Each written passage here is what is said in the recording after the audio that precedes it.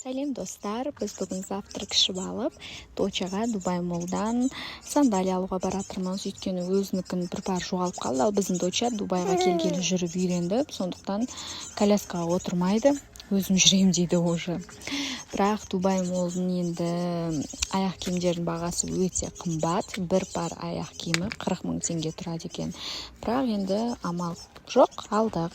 Доча уже кішкентай болып біледі, өзіне таңдайды.